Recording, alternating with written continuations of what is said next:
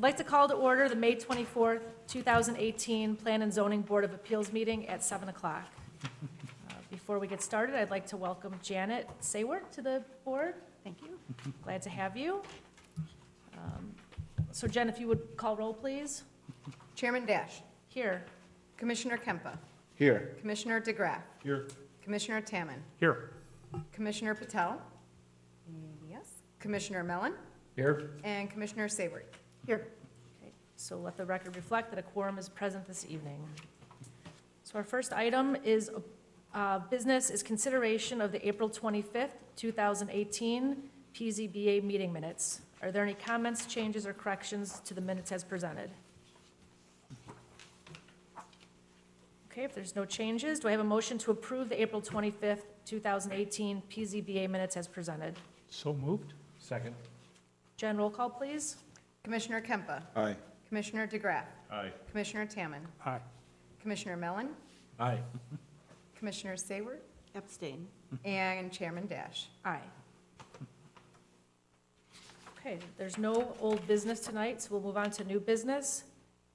The first case is PZBA public hearing number ZBA 18-05V, and the applicant is Lawrence and Carol Machin at 1208 North Stratford Road in Prospect Heights. The applicant is seeking a variation to allow the construction of an 850 square foot detached garage in the rear yard, which is in excess of the 720 square foot detached garage allowed by the zoning code. So I would need a motion, please, to open the public hearing on ZBA 18-05V. So moved. Second. Voice vote, please. All in favor? Aye. Opposed? Okay, so the application this evening, Lawrence and Carol are the owners, and they've applied for a variation to section 5-3-8, number of structures on a lot, to construct an 850 square foot accessory structure, which is 130 square feet larger than the minimum allowable at 720 square feet. And everyone has the information in their packets.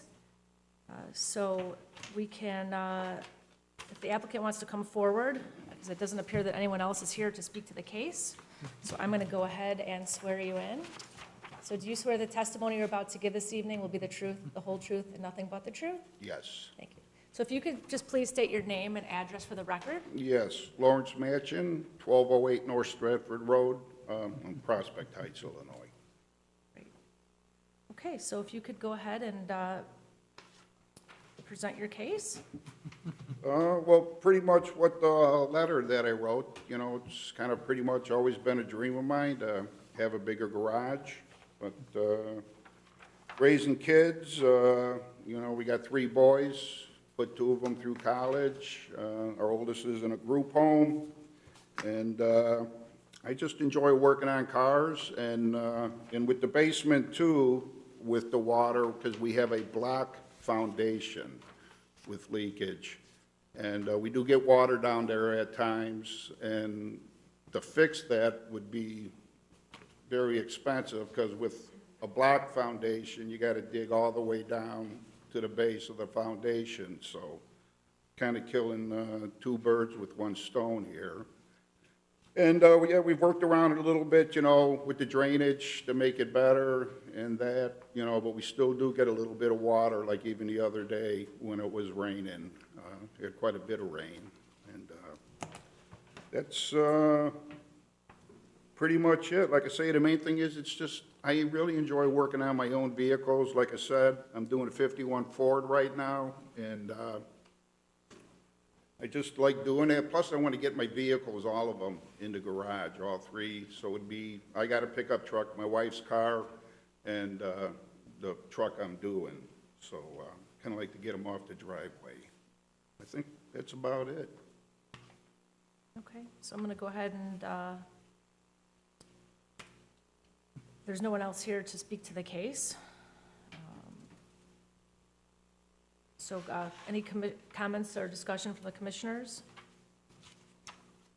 What is the, I understand it's 850, but what, do you have an idea what, how big the garage is, X by Y? Yes, it would approximately be 33 feet wide by, I'm not sure how deep it was. Plan in our packet says 34 by 25. Okay, there you go. Yes.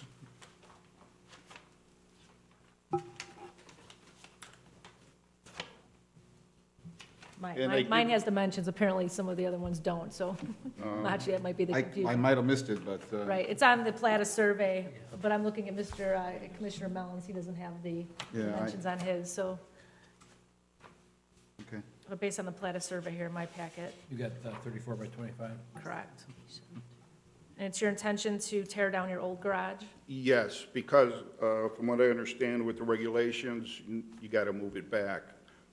So, plus it would help, you know, with having the three-car garage part in the front where the three cars would go, you know, to move it back from where we got it now because of the deck that's there.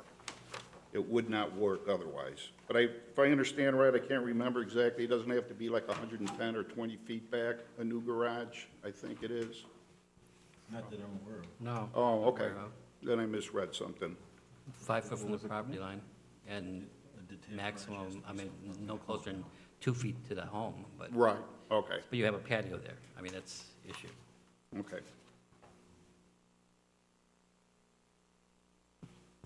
I guess I'm failing to see where this would be a hardship, because you're allowed a three-car garage. The 720 square feet would allow a three-car garage. I think the water issue, in my opinion, is a separate issue where it's something that you should have addressed because it's going to maintain the integrity of your home. So to solve, to not address the water issue by, you know, storing your goods in the garage doesn't seem to be making sense, to create a hardship anyway, in my opinion. Well, part of it is the water. Our house is very old. It was built in the 40s. And quite honestly, if anybody's going to buy, if we ever sell, it's going to be a tear down. I don't, you know, it's a smaller house. And it's very old. And part of it, like I said, working on vehicles and that, it's nice to have the space, quite honestly. Well, and the other thing that I was just going to mention, it seems that the accessory structures are just that, it's an accessory to the home, but you're essentially creating a footprint that's almost as big as your home. So, so those are just some of the things that stood out for me in your comments. Okay, and I don't understand what you mean by the size of my house. Well, so What's you're the, proposing to put in a garage What's the difference?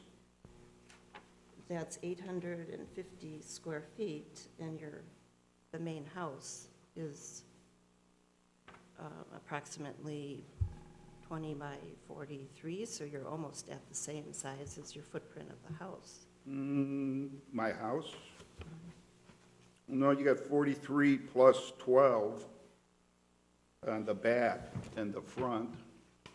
Oh, yeah, okay, because the garage, I see, was Yeah. made into... Well, we used to have a one-car attached garage, Got it. and a long time ago, we made that into a family room. So that actually comes out to about 55 feet wide. I'm just saying that I think the reason the code is set for the 720 square feet, it's because it's a detached accessory building. So I think, and that's a substantial size building in itself for a three-car garage. Yeah, I don't know if you've ever worked on, and I'm not being rude or anything, but if you ever worked on cars and store your tools and workbench and welding equipment and stuff in that, it can, you know, fill up fairly quickly.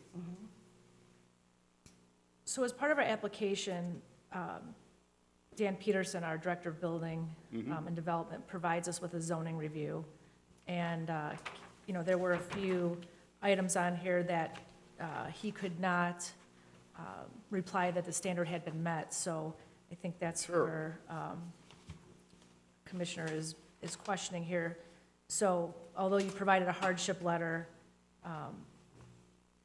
you know, again, I guess it would be up to the commissioners to determine if it's truly a hardship to want to work on cars or need more storage per se, to exceed the proposed square footage that's in our ordinance. Because again, you remember, if we make an exception for you, because you like cars or storage, right, then Right. that same rule has to apply to everyone in town. Because once we make an exception for you, there's no groundwork for us to not per se approve that for somebody else. And I know your neighbors, none of your neighbors are here tonight, so Right. clearly they're not objectionable. I don't know if you've spoken with your neighbors. Yeah, we had a party last night Yeah. for some moving out.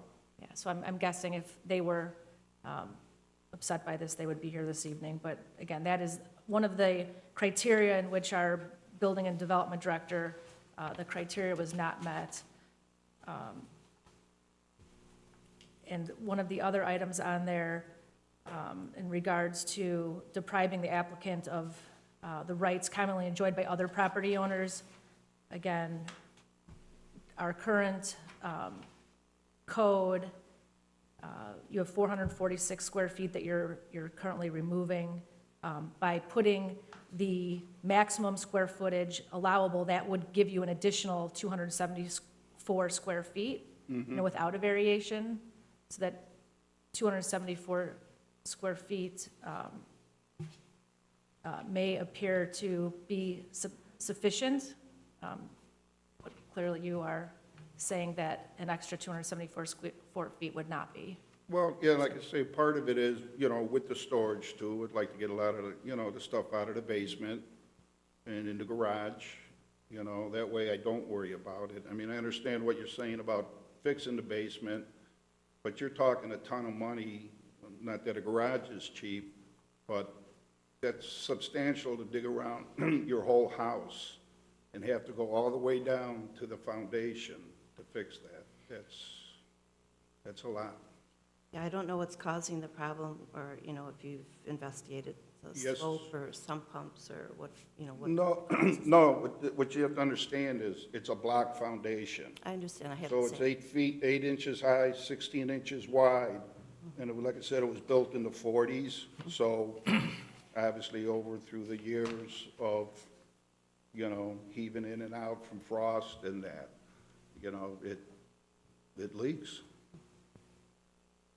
Back in, let me give you a little education as far as back in the early 90s, there were two garages that were built, one on Ridge, one on North Parkway, that were 2 stories with 2 stories with an additional room upstairs for a hobby.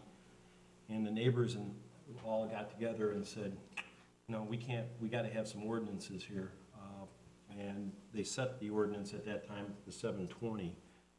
I came in 1992, and I felt that I wanted a big garage in my backyard too, and so I applied for a garage that was 900 square feet.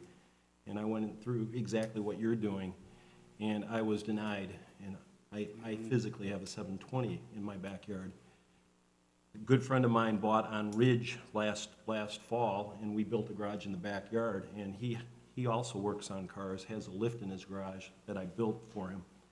And he wanted a bigger garage, and I flat out said to him, don't think it's gonna go through the zoning board of appeals, and I'm gonna have to recuse myself if it does, because obviously I built your garage, or I'm gonna be building your garage. Right. So to allow you to have a larger garage, I think it would be wrong, and you really haven't met a hardship. Okay. Any other comments from the commissioners?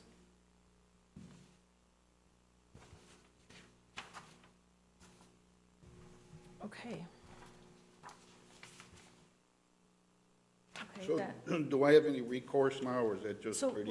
so what's gonna happen now is I'm gonna close the public hearing, Okay, now that the commissioners have wrapped up discussion. So I'd like a motion, please, to close the public hearing on application number ZBA 18-05V. I'll make the motion. I'll second.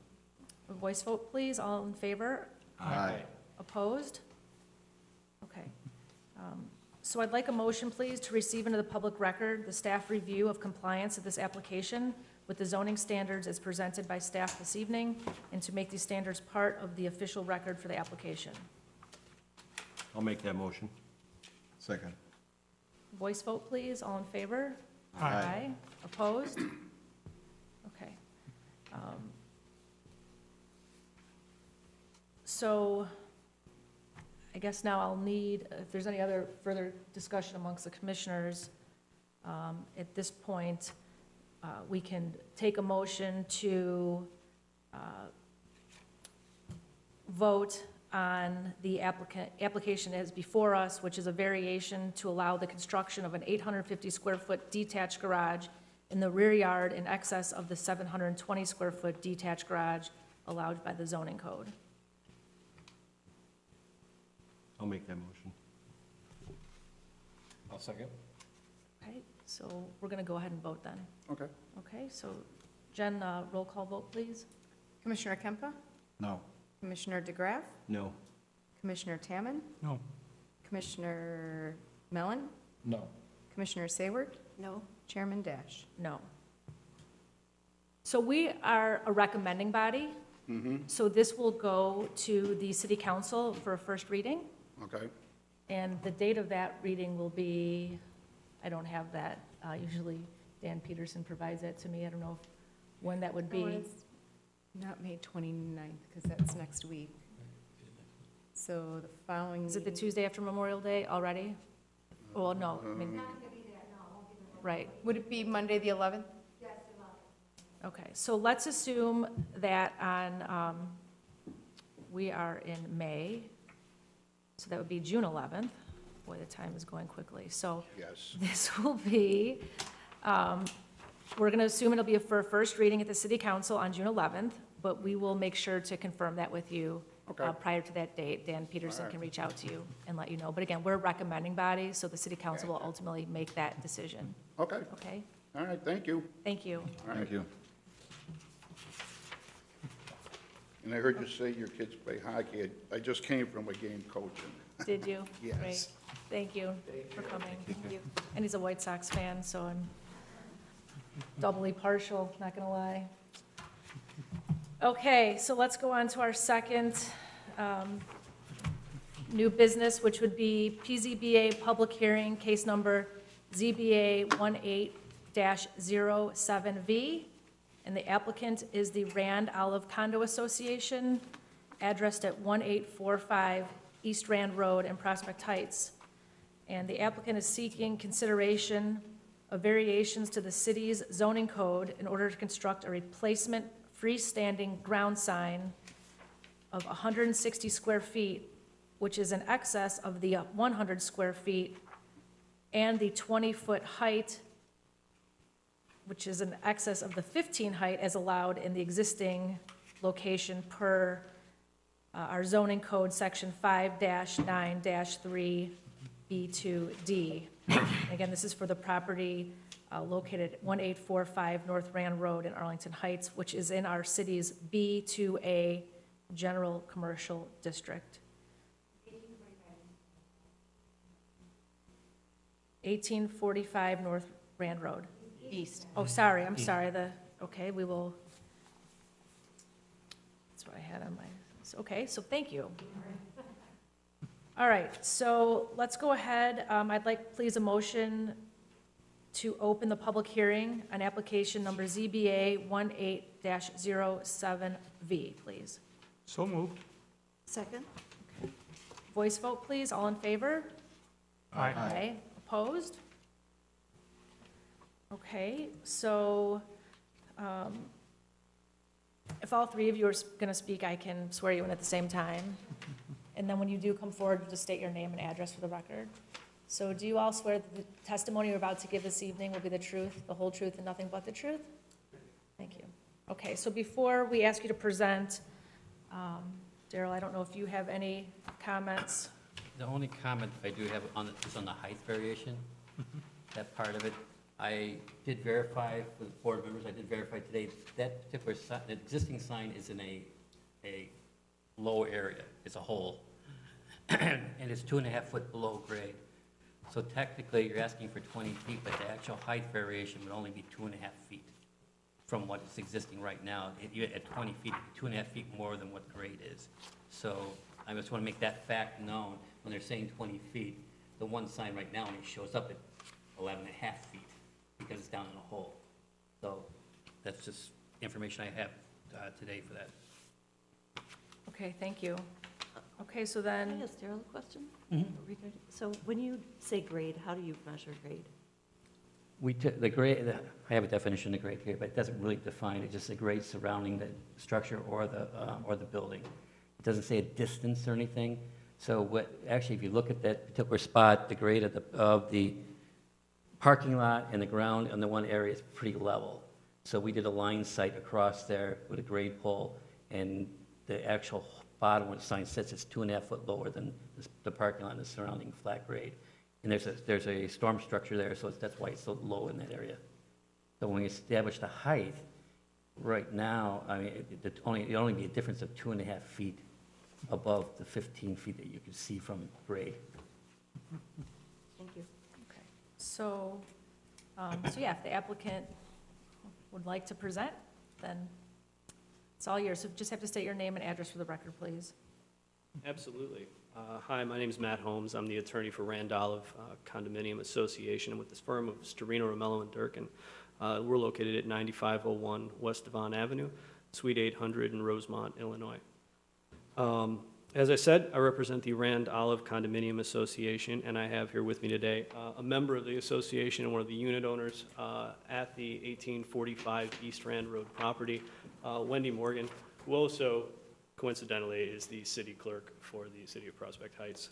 We also have Ken Kelly from Sign Palace, who's here today to answer any questions you might have regarding the proposed sign structure.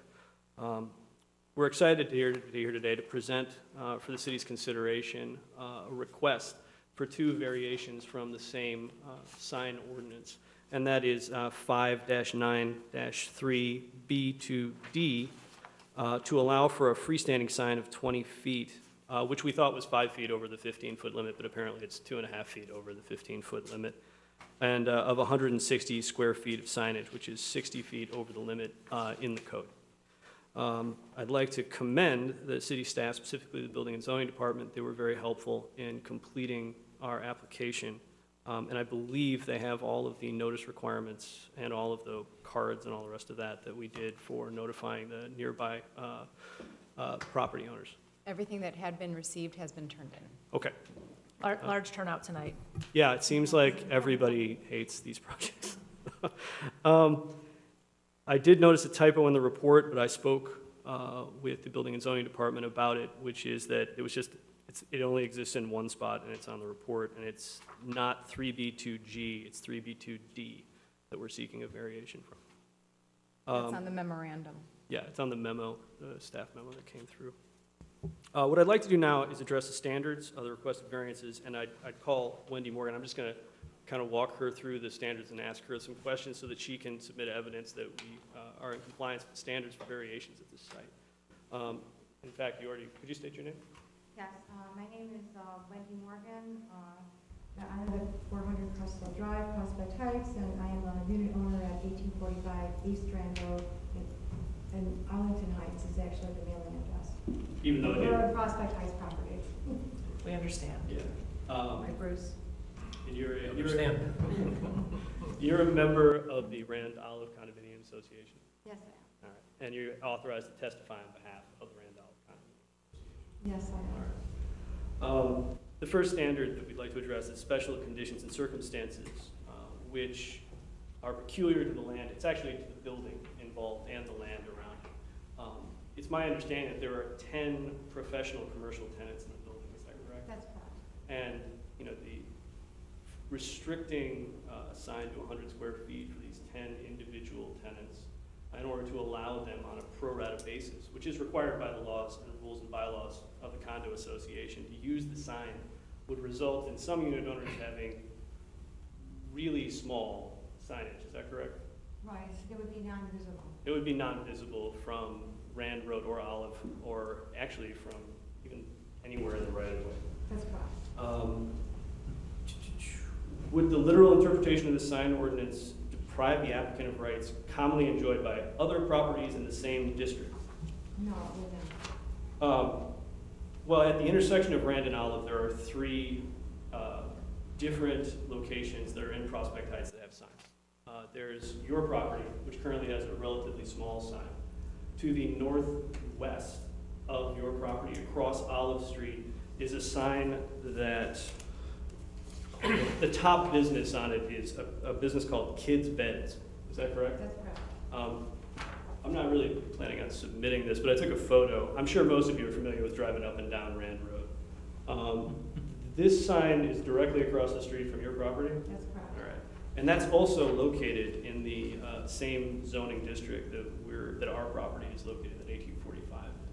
Similarly, across the street, across Rand, is Prospect Crossing, which has a sign which delineates individual businesses in much the same way we're proposing, and is, I would say, at least twice as big as the sign we're requesting. Is that correct? Correct. Correct.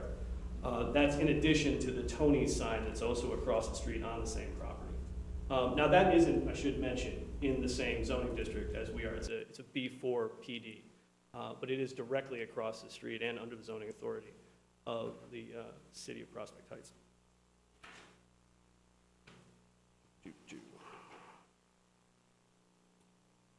The alleged hardship has not been caused by any person having a current or former proprietary interest in the premises. That's correct. There have been recently several changes in ownership in the units in the building in 1845. Previously, the kind of minimal signage we had reflected the needs and desires of the owners of the property, but they were all entitled to advertise on the sign. And when you try and split a sign by 10, and it's not even 10. Some, like for example, Village Bank has an enormous chunk of the building, and actually Wendy Morgan's law office actually owns a sizable piece of the building. To shrink down certain owners and have the other owners get their proportional share of the signage results in kind of ludicrously small print. Even with the minimum that we're suggesting now, the smallest text on this is less than 7 inches high. That said, we are in excess of 15-foot setback that is required at the site, and it's really far from the road to see letters that are, in 7-inch font. This is also why the pedestal raises up slightly in the design that we've submitted. That's to allow, because there's like a culvert, and this thing kind of drops down into a ditch right before and then comes up and goes back down. That's what the grade of the property kind of does right there. And so for there to be any visibility at the bottom of the sign from Rand Road or Olive, you need to have that bump at the bottom, that like 5-foot bump. Is that correct? All right. The proposed sign variation will So not. before we move on to the next one, Please, yeah. because we have a report too. Oh, yeah. From Dan Peterson. So I guess sticking still here with number 3 Sure. in regards to hardship, I guess your existing sign right now is currently 48 square feet, That's correct. right? It's actually 66. It was, Okay, because there's no dimension on there's only a width of 12 feet, there's no dimension. The actual width is 14 feet by 4 feet tall. yeah. So it's 14 feet wide? Correct. So by 4 foot tall of the actual sign height. Okay. So, under our current code, you would be allowed up to 100 square feet That's correct. of signage. So I guess I'd be curious to know, now you came in with the proposed sign being, I have this number right, 160. That's correct. And clearly, the 10 tenants that you have on this don't have proportionally the same amount of sign allocated to their business. That's correct. Which is certainly your prerogative to designate that. But I guess I'd be curious to know, if we had 160 square feet with 10 tenants, I have to think they would get more than 7 inches of font. So it would have been interesting to know, again, to plead your hardship, what would a 100 square foot sign have looked like versus the 160? I hesitate to mention, well, I'll mention it. The current application is a direct result of a lawsuit which was actually identified on the front sheet of our cover letter. There was litigation between the property owners in the association, which resulted in a settlement agreement to be enforced against the association, requiring it to provide these percentages of space on a sign to the unit owners of the property. It came about after, I believe, 4 years of litigation. The settlement resulted in an order that we are attempting to comply with by making the smallest sign possible that we can to comply with that order. That's correct. The problem here is that the bank has a certain percentage that they are allocated, which does not comport with their percentage share of their space. And that was part of the court order. They had a larger share before, which made it impossible for the other unit owners to be on it all. So by the court order, this was the smallest space that we could get, where we could fit, and even now, like I said, the smaller unit owners who are only 3 or 4% are going to have 7 inches. That's it. It's really going to be very difficult, but it's the smallest possible sign that would fit all the unit owners and give the bank the court ordered percentage that they're allowed. That's where the problem is. And I believe Ken, if he actually worked through, I would assume, many. I know he went through other iterations of this sign to try and make it so that it was actually workable in these percentages for all of the unit owners. And this is what was come up with as the absolute minimum we could propose that would still comply with the order and be workable for these smaller, basically stakeholders in the building. Does that include the wall sign that the bank has as well? So the bank also has a wall sign identifying their business. So does that include the square footage that you are saying that the bank needs to have as part of the settlement? The wall sign has nothing to do with it. It has to do with the actual exterior sign, which it was a whole court proceeding controversy because of the way the original bylaws were drafted. The original ones when the building was first completed. That created a problem. Okay, so you're saying as applicant then, that if you were to adhere to the 100 square feet and create the sign inserts based on the percentages as approved by the court order, Correct. that We could not produce. some of these 7, 8, 9-inch ones would be, Even smaller and invisible, It would be invisible colors, right? defeating the purpose of having the unit owners try to advertise on the sign. For the record, my name is Ken Kelly from the Sign Palace, 68 North Lively Boulevard, Elk Grove Village. With a 100 square foot sign, with the general width that we're talking about right now, it's 10 foot wide to be a 10 foot tall sign.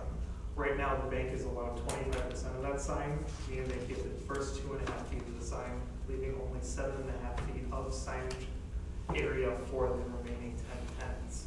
That breaking down would be less than approximately 6 inches per tenant, if that is correct. okay. So if you want to go on to item number 4, that'd be fine. Absolutely. I believe that is that it will not be materially detrimental to the public welfare or injurious to the other property and improvements in the neighborhood. The proposed sign is on the Route 12 corridor on Rand Road. It is similar and actually half the size of the signs immediately adjacent to it to the north and across Rand Road. I was surprised when I went out and saw the sign, quite frankly, immediately to the north, because it's more than twice what we're asking to do.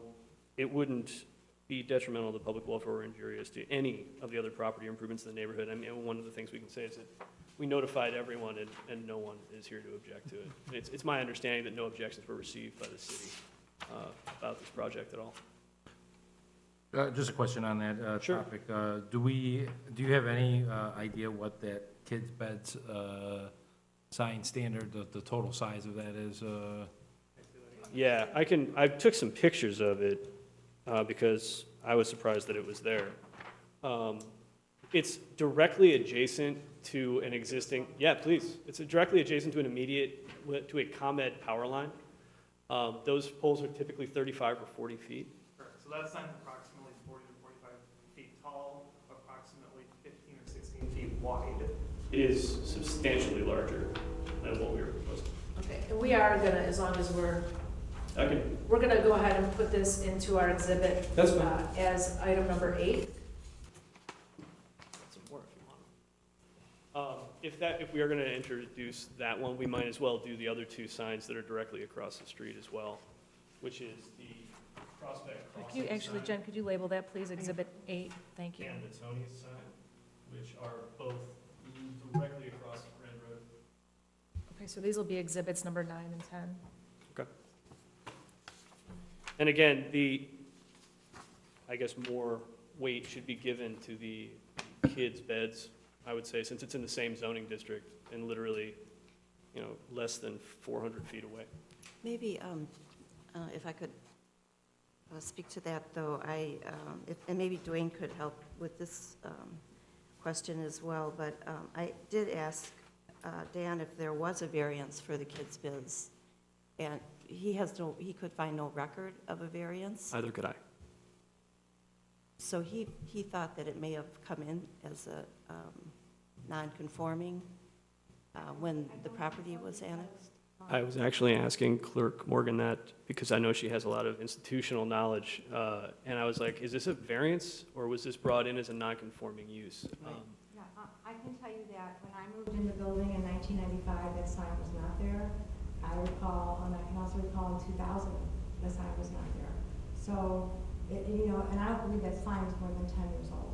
So again, how it got there, and I wasn't here 10 years ago, so I don't recall. I wouldn't recall. I did ask Dan, we did try to see if we could find it, and Dan was going to get back to me. He didn't get back to me on that. I would point out, I went to high school at Viator, which is not terribly far from there in the mid-90s as well.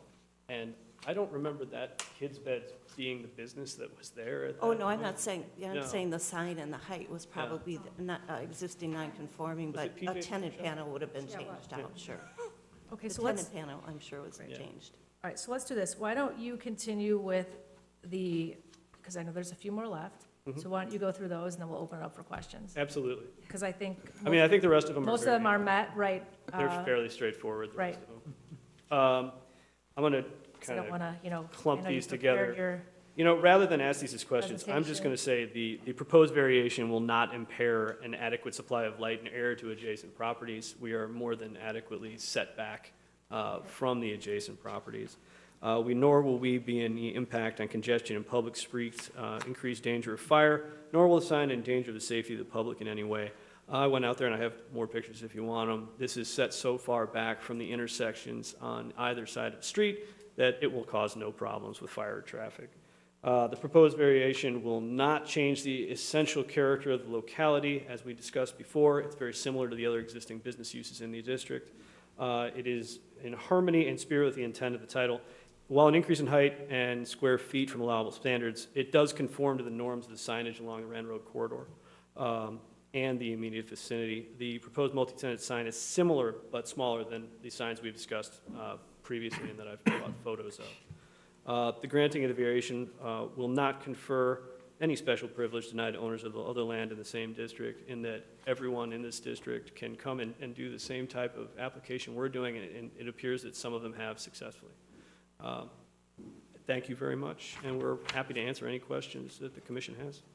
And so if you could just, again, so the reason you're seeking this is to provide adequate signage to your tenants. That's correct. Well, it's not Is it- tenants, they're actually unit owners. Unit owners, I've been right. misspeaking Right, since, so unit owners, correct? that is correct. So are you also requesting as a result of the lawsuit? Is that?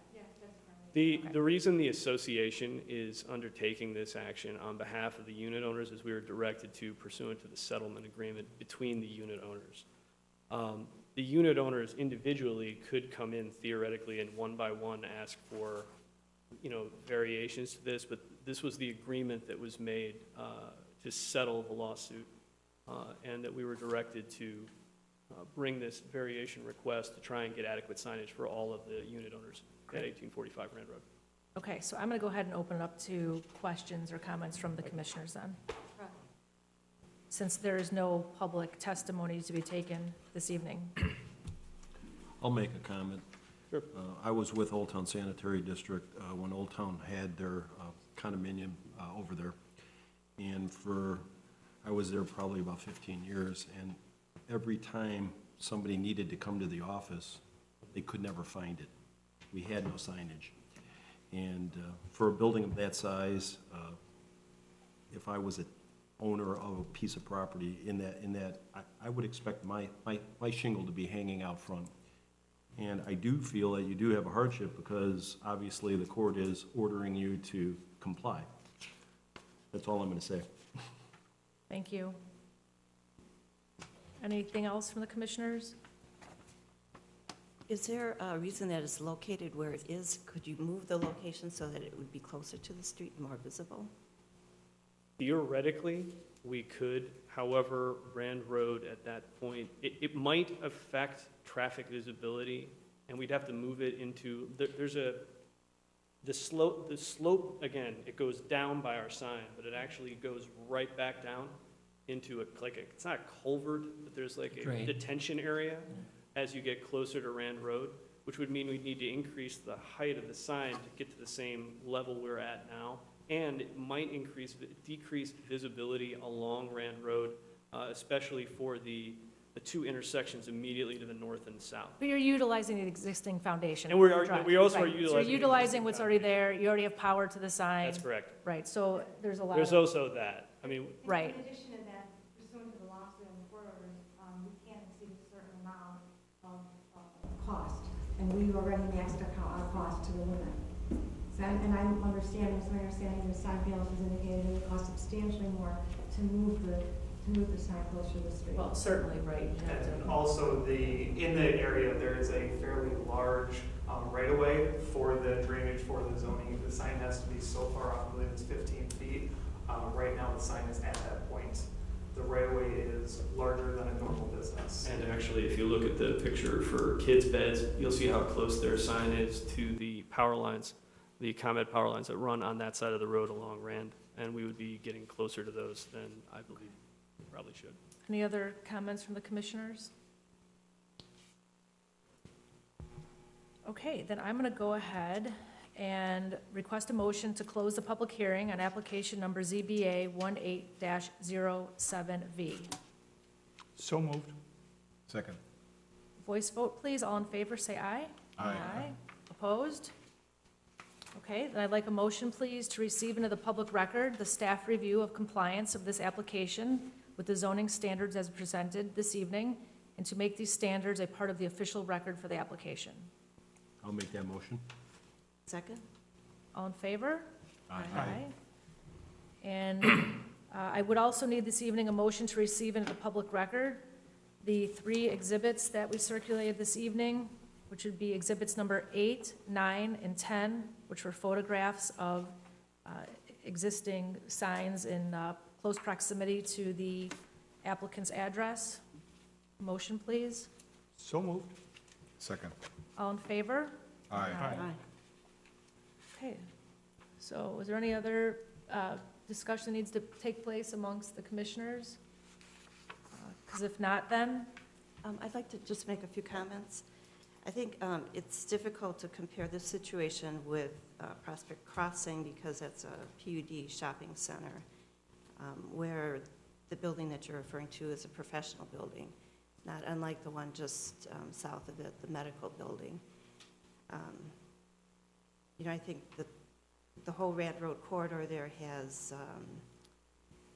Arlington Heights, Mount Prospect, Prospect Heights, all kind of meshed together there. And Prospect Heights is more lenient in their sign code than Arlington Heights or Mount Prospect.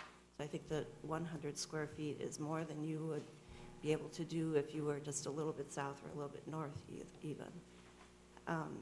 And it's unfortunate that the association has guidelines telling you what to do for the signage, but I don't think they're complying with what the village is saying.